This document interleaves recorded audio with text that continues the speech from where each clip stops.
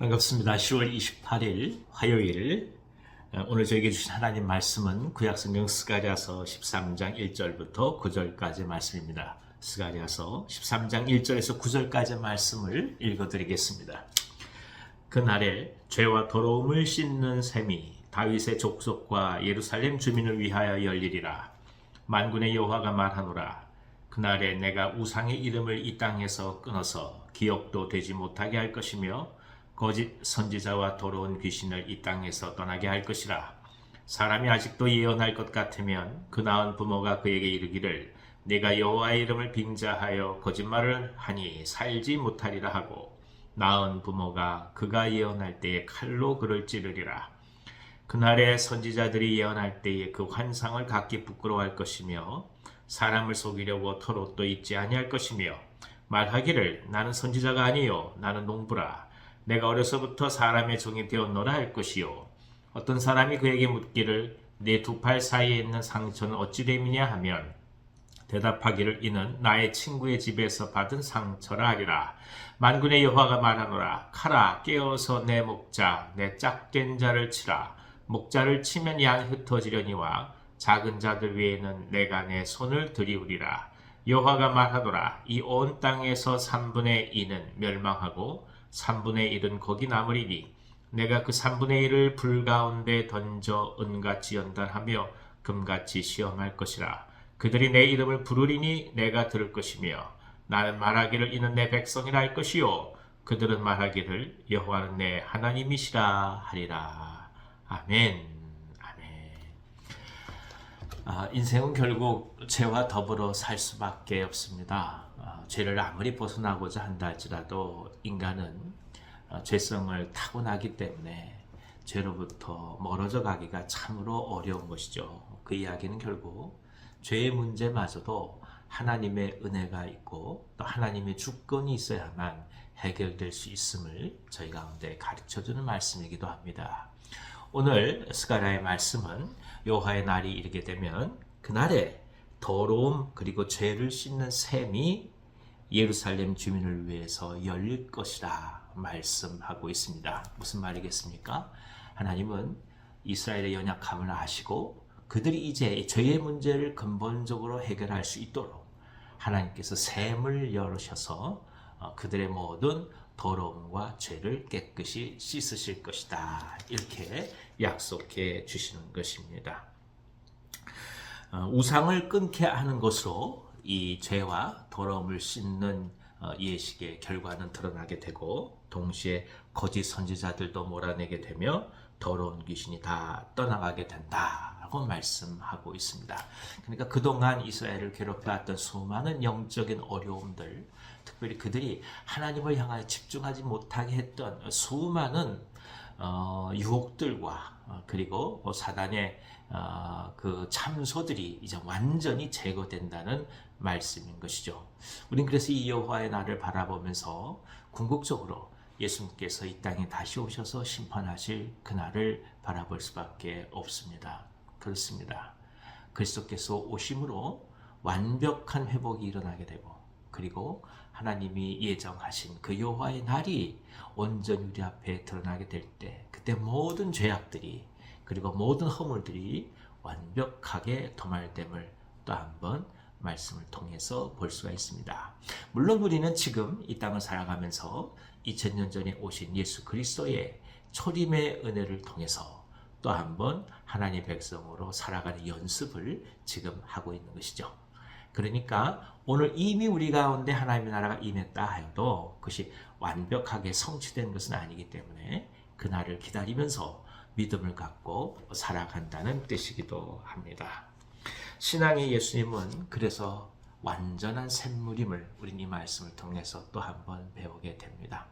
예수님의 샘물, 예수님의 용서하심, 예수님의 놀라운 사랑만이 이스라엘을 회복시켜 가듯이 오늘 우리 또한 회복시켜 주신 것 아니겠습니까? 우리가 만든 것으로 무엇으로 우리를 깨끗하게 할 수 있겠습니까? 오직 주님의 사랑, 주님의 희생만이 가능함을 또 한번 말씀을 통해서 배우게 됩니다. 자, 이제 하나님께서는 이스라엘을 회복시켜 가시면서 또한 여호와의 날에 하나님의 진정한 백성으로 정결하게 하시는 절차, 그 과정들에 대해서 말씀해 주고 계시는데, 바로 3분의 1은 멸망의 길을 간다 할지라도 3분의 1은 남겨두신다고 약속하시는 것이 바로 그것입니다. 남는 자의 사상이 또 한번 이 말씀을 통해서 증거되게 되고 있죠.